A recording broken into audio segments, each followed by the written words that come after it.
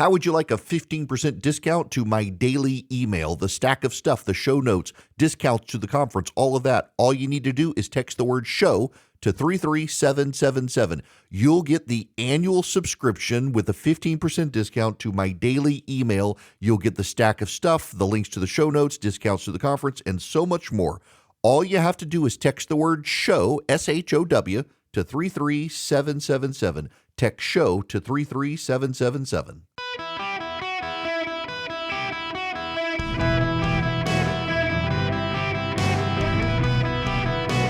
Welcome to the Eric Erickson Show podcast, Hour 1. You all thought he was too. Let's begin there. You all thought he was white. Welcome. It is Eric Erickson here across the United States. The phone number, 877-973-7425. Y'all thought Brian Coles was white too. In fact, yesterday on this program, I said it looked like it was some white guy. I said, before a picture was even released, this is, if you haven't heard what I'm talking about, CNN yesterday became the first network to release the picture of Brian Coles. CNN, yesterday afternoon, they got the first picture of Brian Coles. This is Jake Tapper on CNN. Welcome to The Lead. I'm Jake Tapper. After nearly 5 years of investigation, the FBI finally announced that they had arrested a suspect accused of planting pipe bombs near the Republican and Democratic National Committee headquarters the night before the January 6, 2021 Capitol attack. Brian Cole Jr., a 30-year-old white man from the D.C. suburbs, is charged with transporting an explosive device in interstate commerce and with malicious destruction by means of explosions.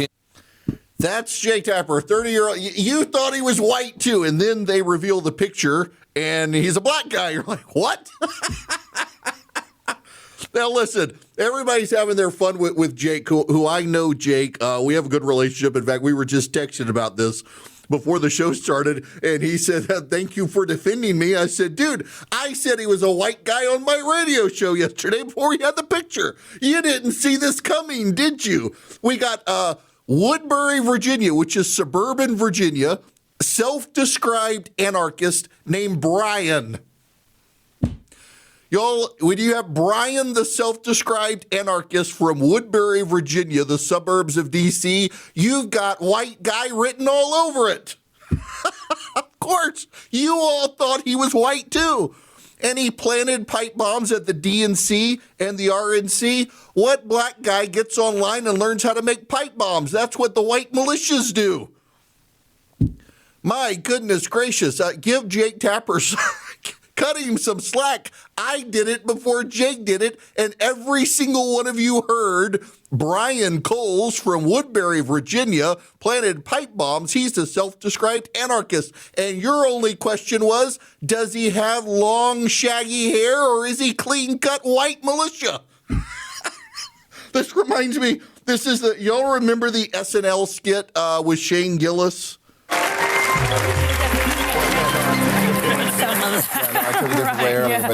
And welcome back. You're watching WANU Midday News. In just a bit, we'll have more on that incoming winter snowstorm. Get ready to bundle up, folks. But first, the latest on what's happening over in Westlake. Oh, so sad. Community members remain rattled after yet another gang-related drive-by shooting that took place in the 4,000 block of Reisterstown Road late last night. The shooting is believed to be in connection to last week's string of violence in the same area.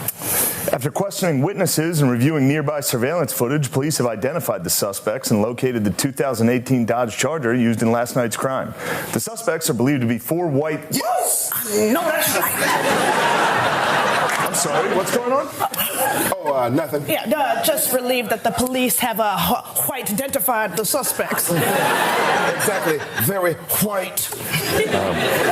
Okay, crime is crime, and we're all relieved. Oh, sure, yeah, absolutely, yeah. Well, it's shaping up to be quite a busy week for local law enforcement as police deliver on their promise to crack down on the increasing drug traffic. Uh-oh. Not drugs. A raid early this morning uncovered a major meth ring. Okay, we're good. That's y'all for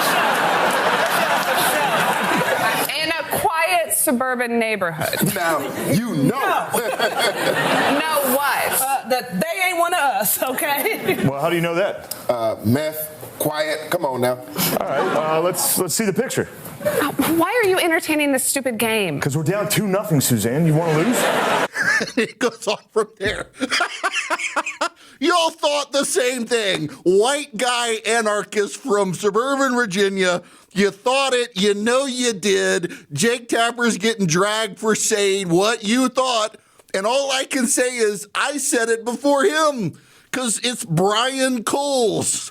What, I mean, the only whiter name than Brian Coles is like Eric Erickson or John Smith. I mean, I'm so white I can't put socks on. They disappear. Brian Coles, he's got, I can't, maybe he took some of those, what was the movie about the guy who ingested the tanning pills and turned himself, people thought he was black because he was super tan. Maybe that's what Brian Coles did. What's remarkable here is that everybody made this calculation. Jake and I just happen to be the sort of people who announced it. I mean, I didn't see the guy's picture. I didn't really need to see the guy's picture. Come on. None of you did either. You formed the picture in your head. And it's what every American does. But we have been trained by progressives that somehow this is awful stereotyping. Except let's be real here. Had Jake Tapper said he was black and it turned out to be a white guy, we'd be questioning whether or not he'd have his job at the end of the day. But because it's he's a black guy but said he was white, everybody's fine. In other words, you racism, you jumped to racism, you presumed it was a black guy. I mean, if his name was Tariq or something, people would probably not presume he was a white guy. If his name was Tariq, you would be saying, is he Islamic? Is he black? Well, he's not white. But with Brian Cole, self-described anarchist, and now here's the thing. This is why this is all actually good news. We call it the bomber, call it the alleged bomber. But isn't it kind of great that we can have a guy named Brian Coles who's an anarchist who believed that the 2020 election was stolen, and it's not a white guy from like South Georgia, it's a black guy from suburbia. We've kind of made racial progress as a country, and we should look at the story as racial progress. According to the FBI sources today, Brian Coles believed that the election in 2020 was stolen. And he's an anarchist and decided he wanted to seed divisions. Now, let's be honest, y'all. We saw the pictures from January 6th. And we saw the people storming the barricades to get into the Capitol. There were not a lot of black people in the crowds. There were not. That was, short of a blizzard, that's one of the most lily white things you've ever seen in Washington, D.C. And yeah, it turns out we had the anarchist black dude covered up, bundled up in COVID mask gear and jeans, planting pipe bombs. That's a sign of racial progress, if you will. Seriously, I don't mean to make light of the bomber, but the fact that we could look at this, white guy, anarchist, suburbia, and actually it's not. We are moving well beyond the defined stereotypes of race in America. And the fact that we can laugh about it, and you should be laughing about it, and if you can't laugh about it, you're part of the problem, is also part of the progress we have in this country. And also, we got a black anarchist who wanted to take action because he thought Donald Trump had the election stolen from him. See, the Republican coalition is broadening. This is real progress in the country. And this progress comes at a time we have these growing anti-Semitic voices on the left and the right, and you have the white nationalist voices rising on the right. I have seen a lot of people, including Jason Howerton, the pastor. He's such a good guy. And he made this point the other day, and I've seen other people echo his point, that for the last number of years, the left has posited this idea that you are in a class and race, and you individually don't matter. Your class and your race matter.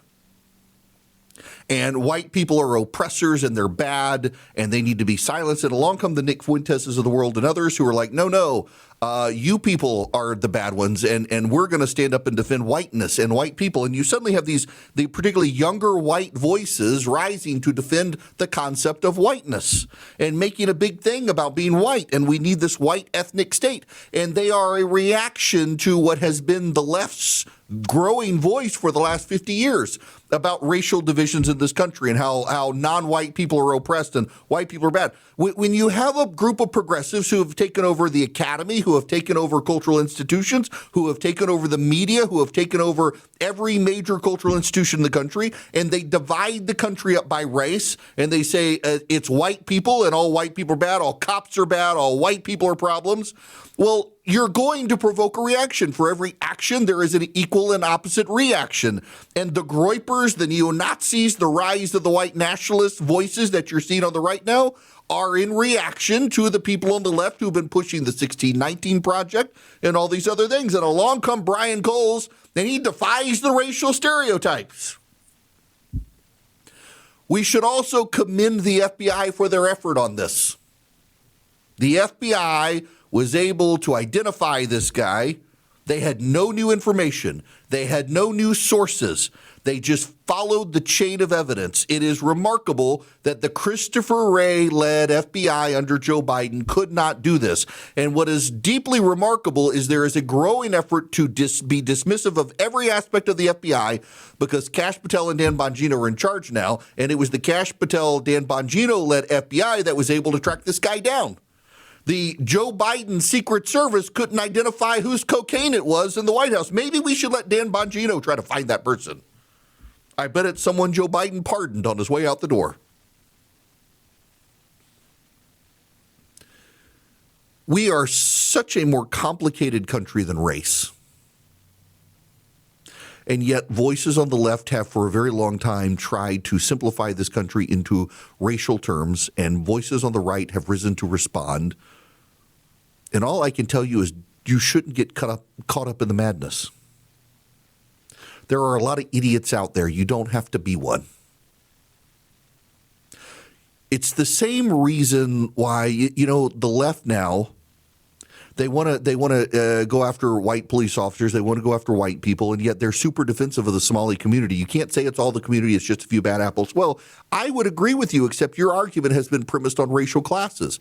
And the Somalis in Minnesota, well, you've got a lot of them. You've got hundreds of them who have participated in the scheme. And so therefore, based on your own prior logic, we have to indict the whole community unless you're willing to give up their logic. They're not willing to give up the logic, but they're also willing to fight you on this issue. And I see it on the right now with Muslims, that Muslim Islam is incompatible with the United States, and all terrorists are of Islam and the anti-Semites, and then you have the anti-Semitism festering on the right. You either judge individuals in this country as individuals or you judge them by classes and groups. And time again, you see these stories about people like Brian Coles, and you have to remember there are individuals out there. They defy the racial stereotypes. They defy the groupings. They defy everything. They defy the expectations. I assure you no one was looking for a black anarchist who thought the election was stolen from Donald Trump. And yet that's who they found in the investigation. And his defying the norms, however bad it was that he was radicalized online and attempted to plant pipe bombs to kill people, his radicalizing online was bad, but the defiance of a racial stereotype is a sign of progress in this country. 75 years ago, my great-grandparents' generation regularly used the N-word. My grandparents' generation, it was coloreds. My parents' generation, blacks. My generation, neighbor. We have made great progress in this country. We have made great racial progress in this country. And there are a lot of grifters and charlatans on both sides who make a lot of money by trying to continue to sow racial divisions in this country. We should be able to laugh that Jake Tapper got the exclusive first photo of Brian Coles. He was a black man, and Jake Tapper referred to him as a white man. Jake Tapper can laugh about it. We can laugh about it. We should laugh about it. And we should also think that, we all thought he was too. because we all form stereotypes in our heads. Stereotypes are cheat codes in navigating life. And one of the great cheat codes in life has been racial stereotypes in this country, and it's a sign of progress that those stereotypes are breaking down.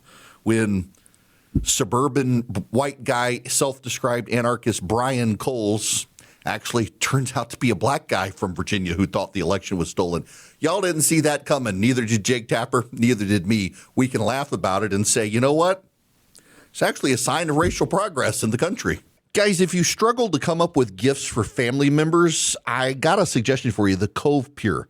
I love mine. I wasn't sure I would like it as much as I do, and I really, really, really do. What is a Cove Pure? Well, it's an water filtration system. It's on the countertop. You can get cold water. You can get hot water. It even has a bottle button, so you can get the warm bottle perfect for formula for your baby at night. It's really easy. It's so convenient.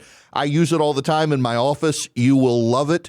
It sits on the countertop. It uses reverse osmosis. It gets rid of like pharmaceuticals, fluoride, lead, arsenic. It's the purest water you can get. It tastes fantastic. If you're looking for a great gift for your loved ones or for yourself that they're actually going to use the Cove Pure. I partnered with them. They're giving you a $250 holiday discount with my link, covepure.com/Eric. That's COVEPURE.com/Eric, ERICK. You get $250 off, covepure.com/Eric. The sale is going to end, so take advantage of this $250 holiday discount, covepure.com/Eric. Welcome. It is Eric Erickson here. The phone number 877-973-7425. Breaking news. This just hit the wires. Yeah, sorry, Kobe. For some reason, my mic was muted. The National Labor Relations Board and the Merit Systems Protection Board are multi-member agencies with wide-ranging statutory responsibilities and with members protected by statute from presidential removal without cause. This has just hit the wires from the D.C. Circuit Court of Appeals, a 2-1 decision. The District of Columbia Circuit Court of Appeals, which is the D.C. Circuit, that's the mini Supreme Court, essentially, is how people think of it.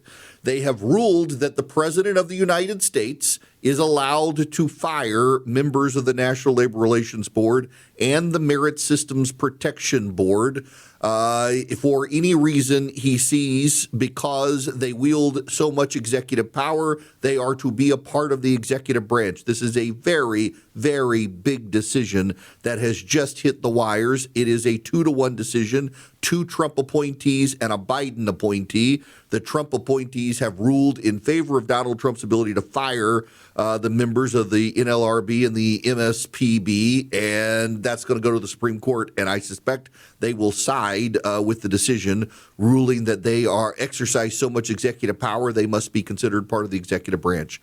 Big breaking news happening right now.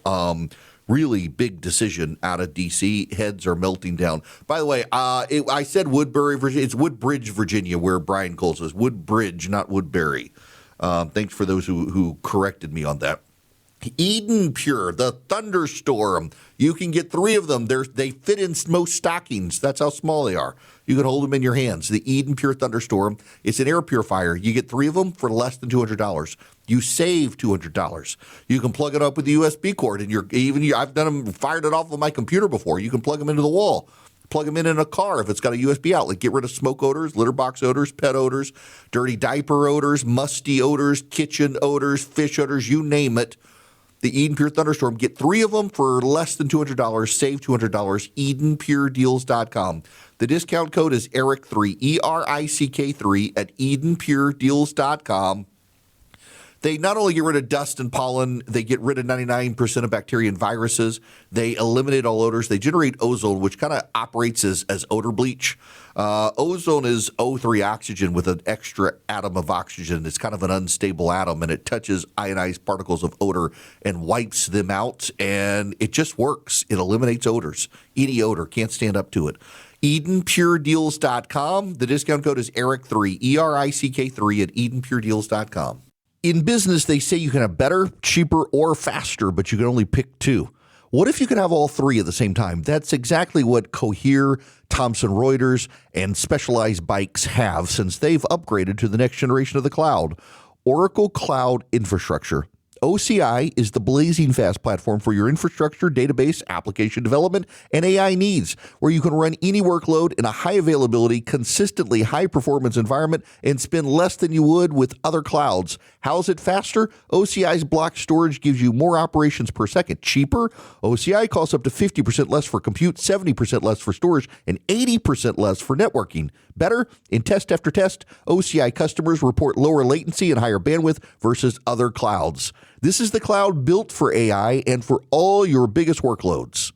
Right now, with zero commitment, try OCI for free. Head to oracle.com/Erickson, ERICKSON. That's oracle.com/Erickson. Welcome. It is Eric Erickson here. The phone number is 877-973-7425. It is an open line Friday. I am very happy to have you. I have to do something right now that I do every year at this time before I do anything else. I don't know when I started this tradition, but it has become tradition. And were I not to do it, I would get a lot of hate mail. So I will keep with tradition, the first Friday of December every year. If you're like me, you grew up learning that Christmas is on December 25th to co-opt Saturnalia, the Roman Empire's midwinter festival. Or it could be Sol Invictus, the Feast of the Unconquered Sun. The theory went that Christians could get the heathen to convert by co-opting the pagan holidays. There's just one problem. It sounds really convincing, but it's not true. So why is Christmas on December 25th every year? The theories became popular once comparative religion became trendy in the 18th century. You actually didn't hear these arguments before the 18th century. A lot of Germans who were headed into atheism started doing comparative religions and essentially arguing all religions are the same, and they started making these conversations. But you go back to the earliest Christian church, and you find that birthdays were not celebrated by the early Christians. Actually, the Emperor Aurelian was a big proponent of Sol Invictus, the unconquered sun. And there's a lot of evidence that as the Roman emperors had failed to stamp out Christianity in the early Roman Empire, that the Roman emperor decided to take Sol Invictus and place it on December 25th, where Christians were increasingly recognizing Christ's birth. Ironically, on the time frame of when Aurelius lived, that was around the time frame that Christians had already embraced the idea that Christ was born on December 25th. Now, what you have to understand is that early Christians did not celebrate births or birth dates. They believed it to be pagan to celebrate birthdays. That's what the Romans did. In Egypt, less than 300 years after Christ's death, Christians started celebrating his birth in the spring. The earliest references to Christmas come from about 200 AD, at a time Christians were not incorporating other religions and religious traditions into their own. In fact, Christians at the time were trying very hard to blend in as citizens while avoiding participating in pagan festivals. Christians in the Roman Empire were actually being murdered by the Romans for being atheists. How were they atheists? The Romans believed that you could not be a god if you were alive. That's why the Roman emperors got deified after death. Here come these Christians saying they worship a god who is alive. To the Roman thinking of the day, you can't worship a living God. All gods are dead. And so if a Christian says their God is alive, they're not really worshiping God. Therefore, they're atheists. Now, by 300 AD, Christians were celebrating Christ's birth on December 25th. Christians by then had decided it was okay to celebrate birthdays. Within 100 years, Christmas was actually on the calendar record. Christians looked to December because the early church wasn't actually interested in when Christ was born. They were interested in when he died. His death and resurrection are what matter. His birth was incidental. Virgin birth, yes, but incidental. They were interested in when he died. So around 200 AD, Tertullian of Carthage reported the calculation that the 14th of Nisan in the year Christ died was equivalent to March 25th in the Roman calendar. That's Andrew McGowan of the Biblical Archaeological Society. That was the date of the crucifixion, they decided, was March 25th. So fast forward 9 months, where do you land? December 25th. December 25th. So you have to follow along with me. This is a very simple point. It sounds more complicated than it is.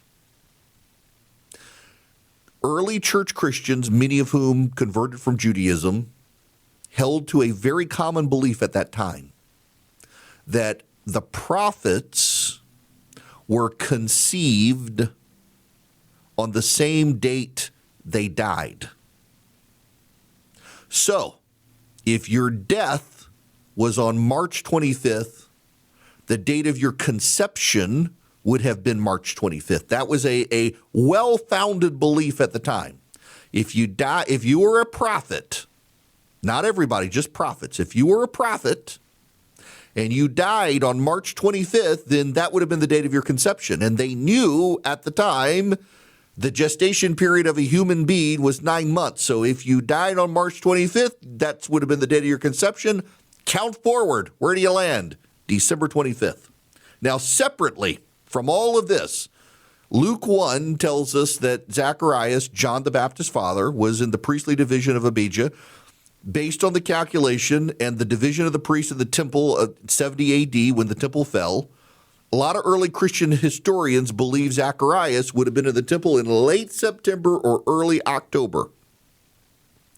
Later historians say it was June, but at the time we know from the written documents, a lot of them assumed it was late September, early October. Then the Gospel of Luke tells us that when Zacharias left the temple, his wife conceived, and then in the 6th month, the angel Gabriel was sent from God to a city of Galilee named Nazareth, to a virgin betrothed to a man whose name was Joseph, of the house of David. That's from Luke 1. The early church concluded that 6 months after Zacharias left the temple would have been towards the end of March. You already had Tertullian out there saying Christ's crucifixion date would have been March 25th. You had this belief that the date of death was also the date of conception. Here comes another part of the Christian church saying that 6 months after Zacharias left the temple would have been the end of March.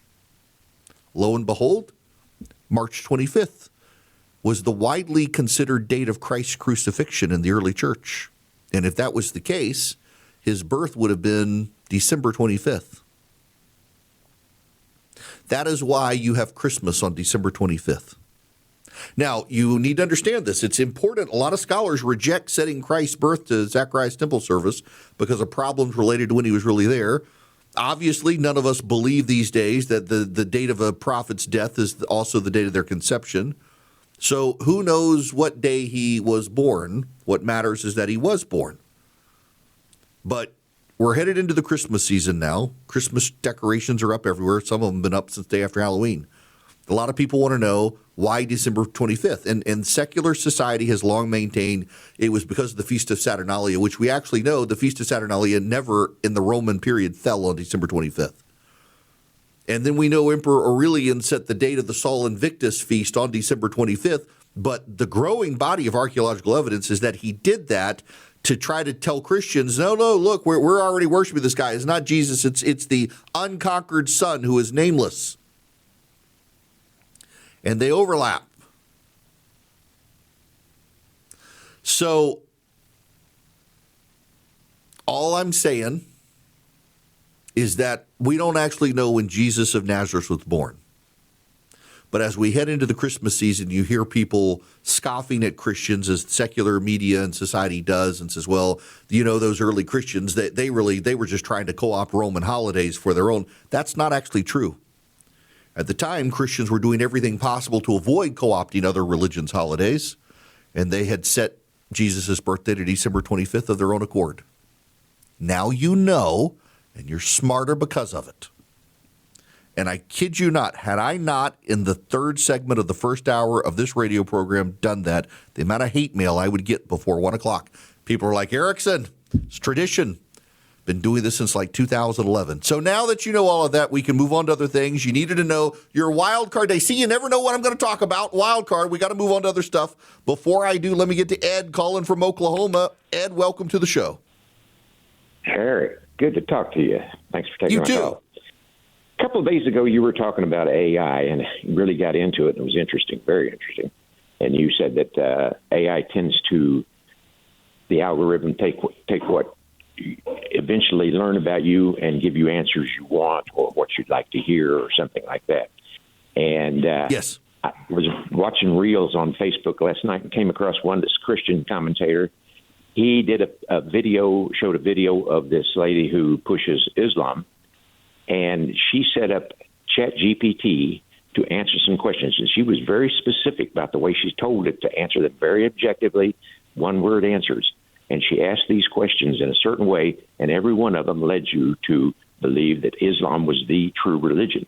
Mm-hmm. Then this Christian commentator took the very same words, set it up exactly the same, asked the same questions perfectly, and it led you down the Christian path.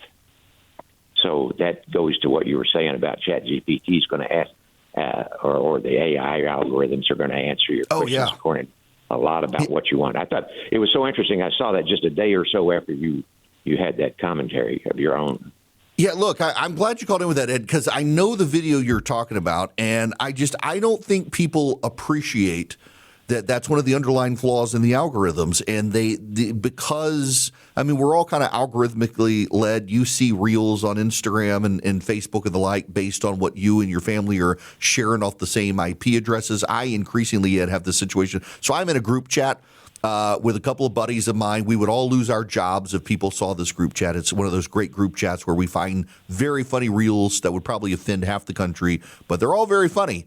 And increasingly, we are finding that we're all seeing the same ones. We don't even share them anymore because we know that, our algorithms are so aligned now. This is all what we're going to find. And it's the same way with the ChatGPT and Perplexity and all of the others, is that when you build a relationship with this AI, it's going to tell you what you want to hear, not what is true. A buddy of mine, Caleb, who is on his way to Dubai right now but listening, disagrees with me on the fallout of AI. And I think I have probably overstated my case to a degree about how it's not going to be as big a deal. I think it's going to be big long term, just as the internet has been. But I do think it's adaptable. A listener reached out to me yesterday and actually said that her daughter works for a major Fortune 100 company. And the marketing department, of which this girl is a part, they're all losing their jobs because the company has decided AI can do the marketing jobs better than the people. Now, I disagree with this. And I got to tell you, I actually think one of the hallmarks of AI over time, my buddy Neil Stevens on Twitter pointed this out, is going to be one of the standout things of AI over time is going to be connected to and connotate cheap garbage. AI, I want you to understand this. You gotta understand this more than anything else. Is AI going to be disruptive? Yes. Are people going to lose their jobs because of AI? Yes. I think it's probably overstated the degree of the damage it's going to do and the degree to job losses it's going to do. I think AI is increasingly going to be connected to cheap garbage. Because at the end of the day, artificial intelligence doesn't have a soul. Now, I have to make a point here some of you are going to say is theological. It's not really, but it's going to sound very theological. But just bear with me on this one. Where does beauty come from? Where does beauty come from? When you walk into a cathedral, in fact, I see a number of young men are converting to Catholicism and the Orthodox religion, Greek Orthodox, as they walk into these cathedrals and they're overwhelmed by the beauty. Beauty's not really as subjective as we think. We all have an innate sense of a beauty that overwhelms us, do we not? Where's that beauty come from? Well, We're all made in the image and likeness of God. When you stand out at the Grand Canyon and you're overwhelmed by it, God's creation, it comes innately from being the spark of the divine within us, which AI doesn't have. And so AI is not going to be able to cater to that spark of beauty. You know, we, as we've moved further and further away from the divine, will tape a banana to the wall and say that's art. That's AI. AI is the banana taped to the wall claiming it's somehow beautiful art. And so I think AI is going to be disruptive in some cases. We're going to adapt in many cases. It's going to be very much like the internet. There is a bubble. It's going to pop. Some people will lose their jobs. They will find new jobs. Companies are not getting a rate of return on investment, and they're going to move in other directions. But ultimately, I think at the end of the day that the creation that AI can bring is going to be less meaningful and wholesome, and the creators who create beautiful works are going to stand out more because AI is going to bring so much direct to the marketplace. Hello there. Welcome. It is Eric Erickson here. Glad to have you with me. Let me jump to Lewis real quick. Lewis, welcome to the show. Hey, Eric. I just want to mention Sunday will be the 85th anniversary of World War II at Pearl Harbor. I just think that it's so important to keep that in the front of our mind that it was a surprise attack. They had no idea they were going to be thrust into the World War II. And to tie something into this with It's a Wonderful Life, that prayer that Jimmy Stewart had at the bar, that he wasn't really a praying man, he wanted to show him the way. And I think that it ties in today. Everybody needs to be shown the way, and that is the way of Christ. And our country has always been somehow tied into with a war or something, but, you know, Jesus, grown men wanted to kill him when he was born, so it's all relevant. Yeah, and, you know, I got to say, in particular, the World War II anniversary in Pearl Harbor, random things, whether you're talking about the birth of a baby in Bethlehem or you're talking about the bombing of Pearl Harbor, it's a recurring thing. I say we should probably sell shirts or coffee cups with this quote: events change things. Events continue to change things. When we come back, I want to do a deep dive on something I talked about briefly the other day. The Manhattan Institute has done a deep dive into the Republican coalition that has gotten Donald Trump elected. And you can see how events are going to change things, and in particular, how events could be deeply disruptive to a Republican coalition. I want to dive into this data because it's very fascinating. If you get the show notes today, it is at the top, and it's a very must-read report of a survey of thousands of Trump supporters across the country, who they are, where they come from, how they view the world. And also, there's actually an answer today to how do you fight anti-Semitism in the West? That is in the data as well. It's a very fascinating look at the Republican coalition that we will get to. First, I need to tell you about Americans for Prosperity. Around the country, Americans for Prosperity is advocating for common sense conservative solutions. Doesn't matter whether you are, they've got chapters in every state. They advocate for school choice. They advocate for the president's tax reform package. They advocate for small businesses, for freedom for families and individuals around the country. They believe in common sense conservative reforms. If you go to afpvolunteer.com today, afpvolunteer.com, you can sign up with Americans for Prosperity and you can engage with them. You can just be the smartest person in your circle of friends, the most informed, know what's going on, know what's in the legislature, but you can also engage and activate to know how to get involved and persuade your neighbor or Congress to do the right thing. You go to afpvolunteer.com and you sign up. I'm on their board of advisors. I go around the country doing events for them. I see their impact all the way down to the local level. You can be a part of changing this country for the better at afpvolunteer.com.